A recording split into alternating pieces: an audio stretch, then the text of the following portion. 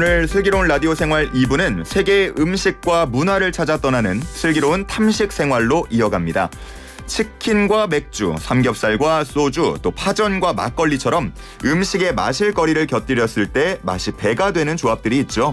서양에서는 이런 조합을 마리아주라고 하는데요. 이 슬기로운 탐식 생활, 다가오는 연말을 더욱 풍성하게 만들어줄 음식과 먹을거리에 우리말로 하면 이제 꿀조합, 꿀조합 되겠습니다. 꿀조합 찾는 방법 알아보도록 하죠. 함께 말씀 나눌 분 모셔봅니다. 르꼬숑의 정상원 셰프 오셨습니다. 안녕하세요. 안녕하세요. 정상원입니다. 오랜만에 뵙습니다. 네, 그러네요. 더 멋있어지셨어요. 감사합니다. 좋은 걸 많이 드셔서 그런가요? 그런가요? 아니, 주변에서 자꾸 우리 셰프님 가게 가서 인증샷 올리더라고요. 아유, 예. 내 가게 오는 것도 아닌데 내가 너무 기분이 좋고 감사합니다. 네, 반갑고 막 그렇더라고요. 요즘 거기 주변에 좀 경관이 좋죠? 예, 가을에 경치 아주 좋습니다. 또 한번 갈 때가 됐네요. 네. 아니, 앞서서 저희 슬라곳이 나간 거 들으셨죠? 네네. 예, 그거 문제 다시 한번 좀 드리고 이야기 오늘 본격적으로 나눠볼까 합니다. 먼저 슬라곳이 문제 다시 한번 드릴게요. 늦가을에 한꺼번에 많이 담근 통배추, 김치, 깍두기, 동치미 등이나 그것을 담그는 일을 말하는 이 작업은 무엇일까요? 1번 단무지, 2번 김장, 3번 간짜장, 4번 슬라생 오래오래 백년가장이었습니다. 혹시 셰프님은 이건 뭐 쉽죠? 그 음식 얘기가 나오면 네. 요리사들은 오히려 긴장이 됩니다. 아, 그래요? 힌트 드린 겁니다. 그래.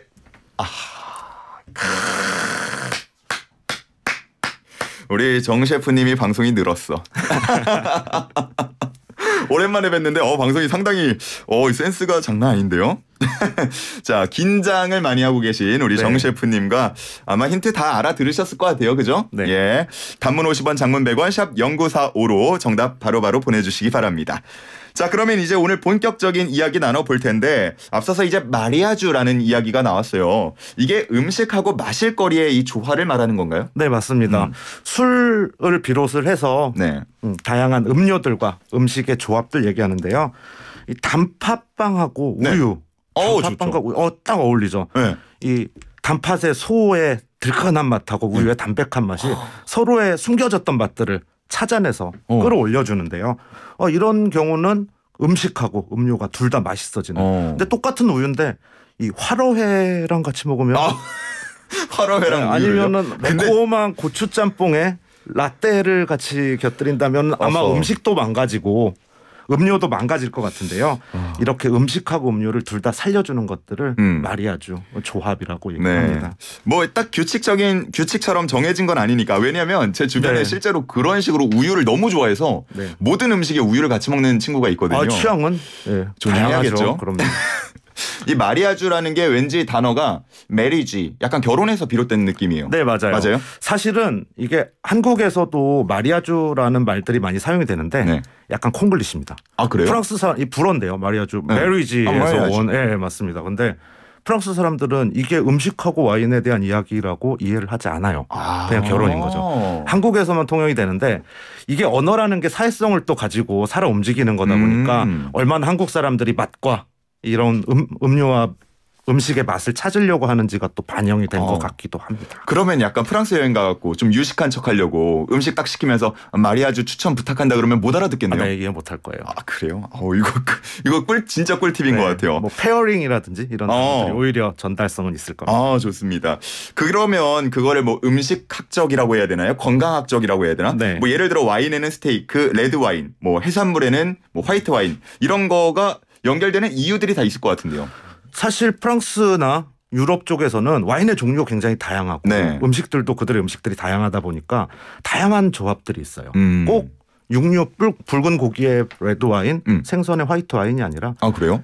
와인 종류 굉장히 다양하니까 생선에도 레드 와인이 어울리는 것들이 있고 거꾸로 매칭을 하기도 하는데요. 우리는 이제 많이 들어와 있지 않다 보니까 최근에는 좀 다양해지고 있는 것 같아요. 꼭 공식에 맞춘다라기보다는 다양한 경험들 안에서 새로운 맛들이 만들어지는 것 같아요. 그래서 종류도 좀 다양하고 뭐 원산지며 품종이며 뭐 이런 것들이 워낙 다양하다 보니까 와인이 좀 처음에는 어려운 술이다 이런 인식이 강하다가 요즘에는 그래도 좀 캐주얼하게 즐기는 경우들이 많아지는 것 같아요. 마트에 가면은 비싼 소주보다 싼 와인이 더 저렴한 것 같아요. 그러니까요. 네, 쉽게 접할 수도 있고 편의점에서도 저렴한 가격으로 구할 수 있으니까. 그리고 요즘에는 뭐 애플리케이션 같은 거 보면 네. 거기에 뭐 자세히 또 설명을 해주기도 하더라고요. 네, 와인 설명도 있고 맞는 음식도 설명을 다 해주고 거기에 대한 레이팅도 평가도 맞아요. 네, 소비자들이 하고 하더라고요.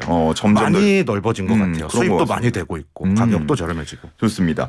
자, 그렇게 되면은 아까 말씀드렸던 우리가 나눴던 그 마리아주 조합을 찾는 분들도 많아질 것 같은데 네. 셰프님이 좀 추천해 주시는 뭐 조합, 이색 조합 같은 거 있을까요?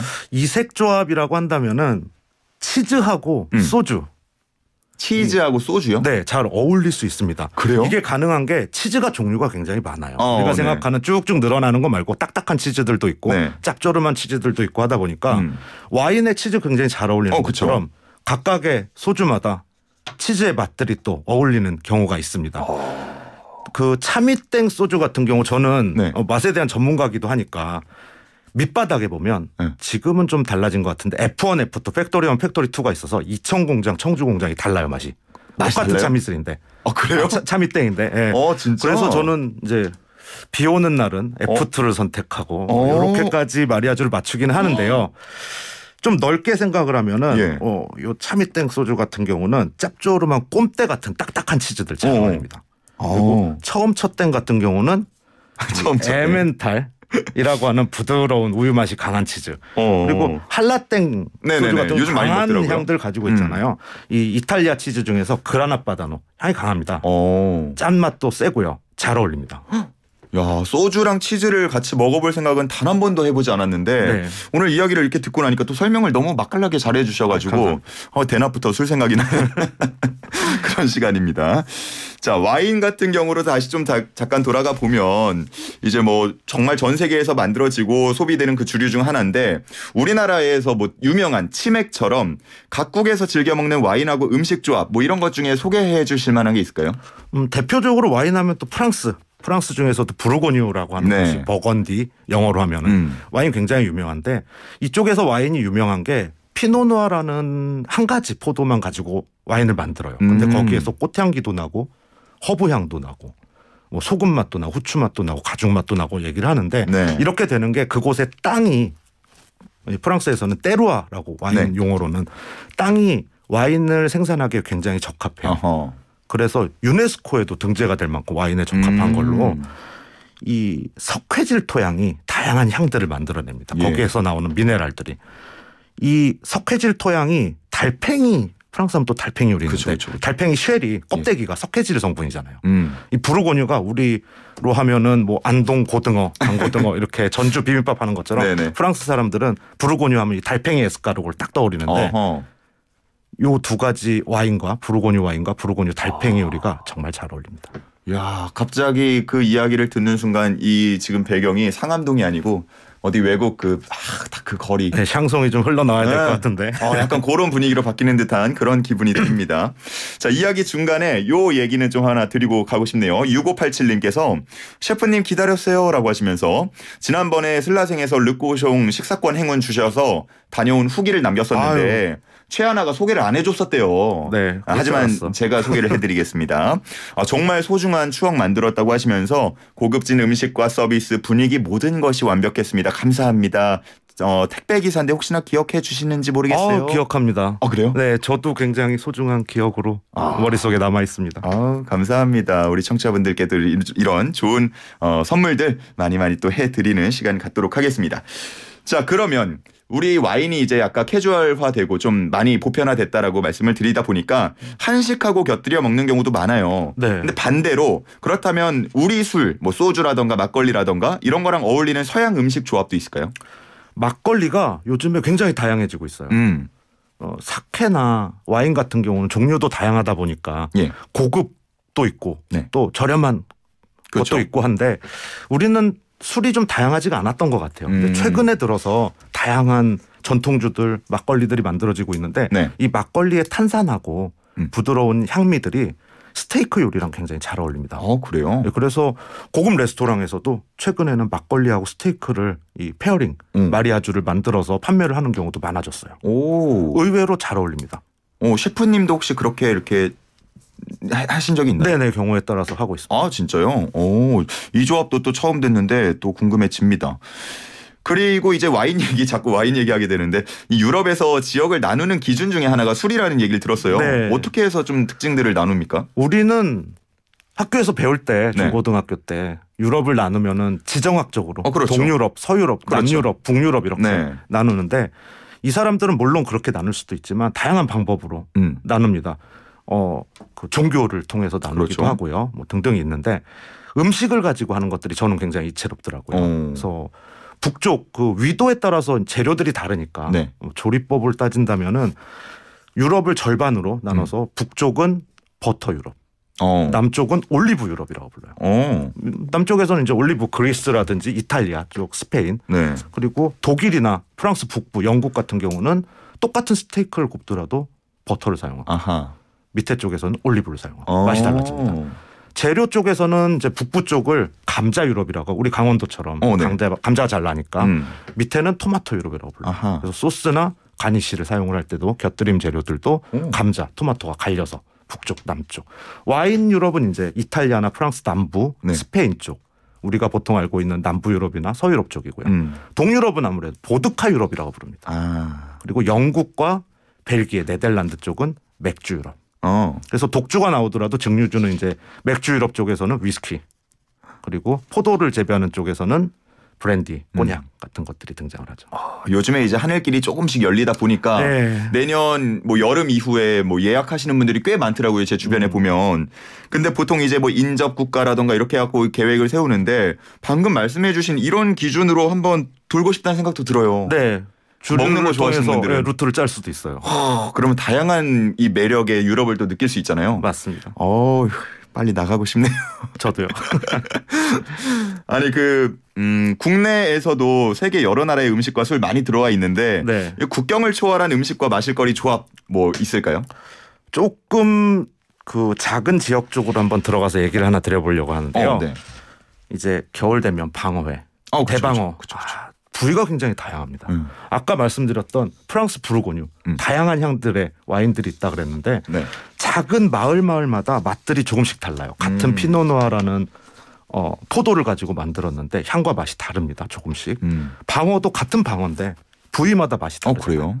그래서 이 부르고뉴 지역의 와인들하고 대방어의 각각의 부위들을 맛이 어떻게 달라지는지 보시면 재밌을 것 같은데 이 빨간색의 사이살 같은 경우는 핀시 강한 쥐브리 쌍브리땡이라는 마을이 있어요. 이 와인 잘 어울립니다. 레드 와인인데 잘 이해가 안 되더라도 이름이 어려워요. 들어보면은 괜찮을 거예요.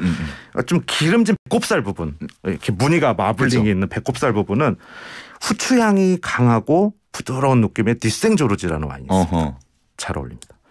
활동량이 많은 꼬리살 부분은 약간 산도가 높은 와인이 어울려요. 단백질이 강하기 때문에 이 경우는 알렉스 꼬르통이라고 하는 마을의 피노누아.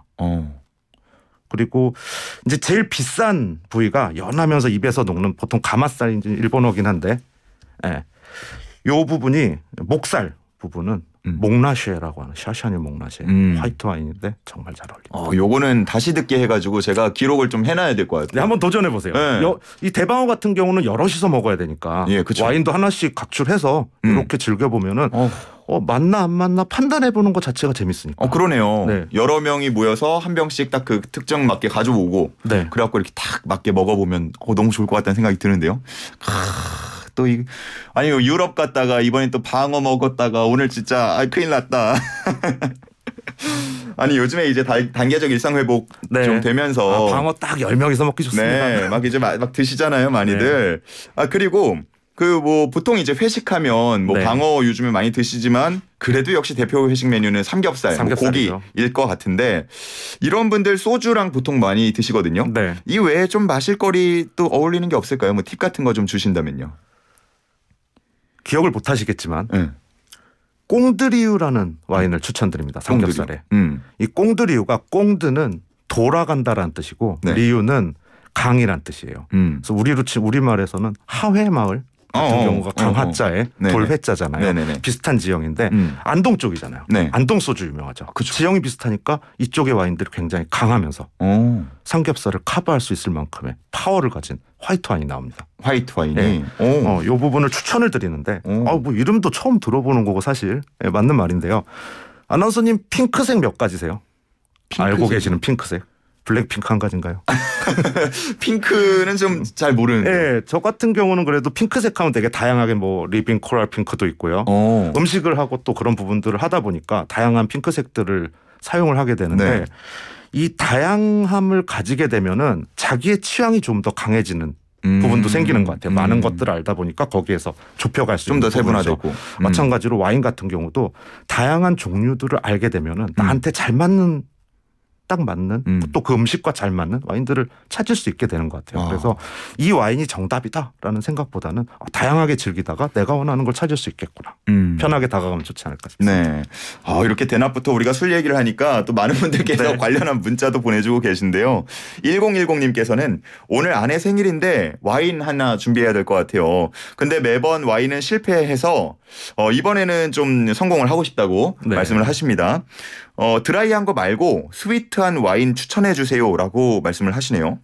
스위트한 와인이면은 독일 리슬링 또는 프랑스 또 독일 국경 쪽에 알자스라는 동네 리슬링 와인들이 괜찮습니다. 프랑스 리슬링이 조금 더 덜 달고요. 예. 독일 리슬링이 좀 더 답니다.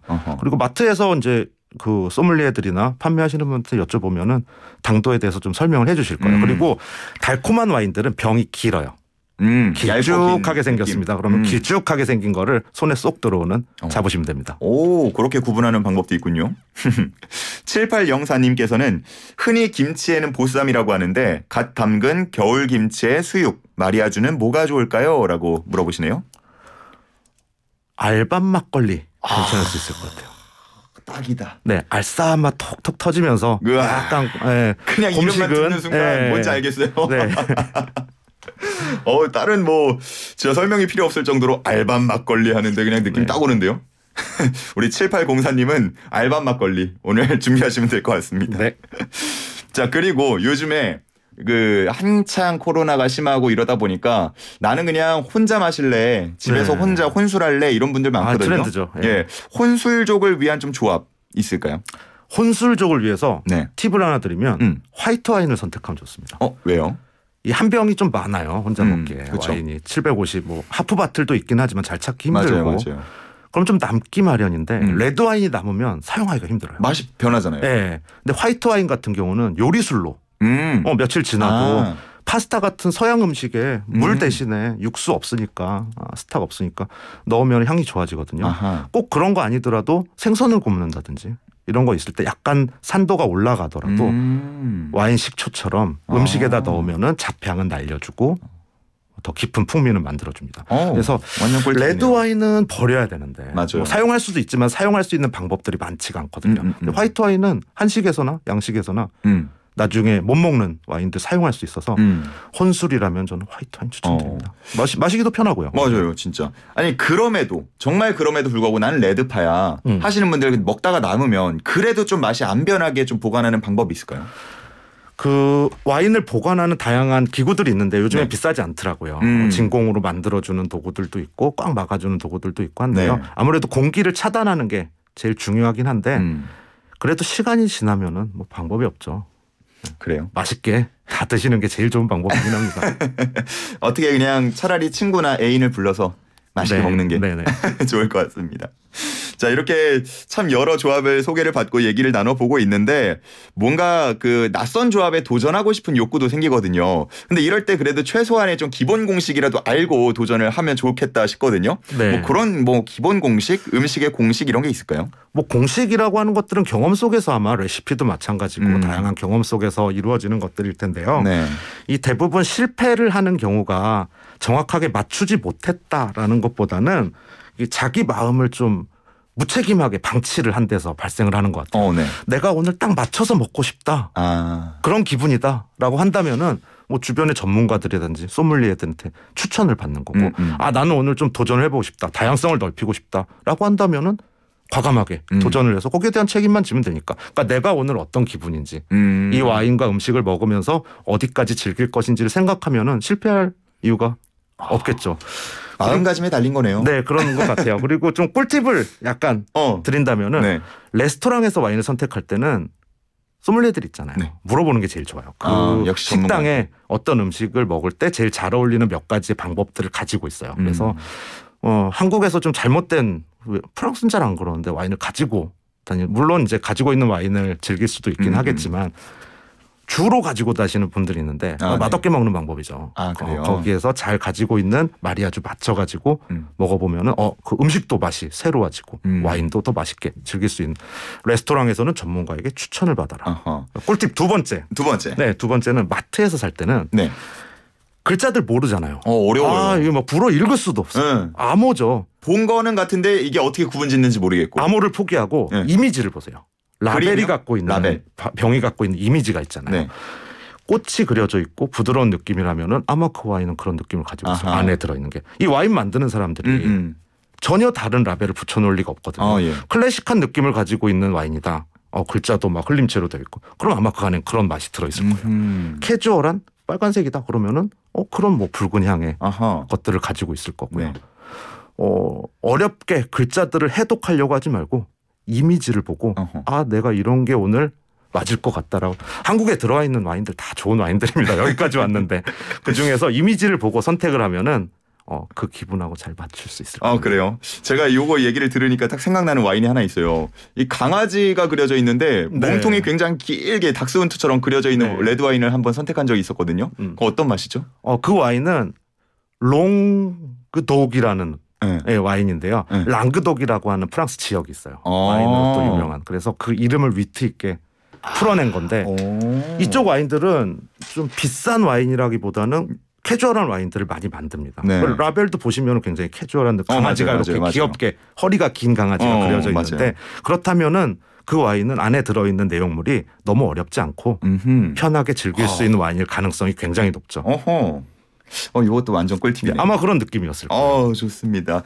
오늘 이렇게 얘기하다 보니까 시간이 훌쩍 넘어가가지고 네. 이제 여기서 인사를 드려야 될 것 같아요. 오늘 말씀은 여기까지 듣겠습니다. 네, 감사합니다. 네, 르꼬숑의 정상원 셰프와 함께했습니다.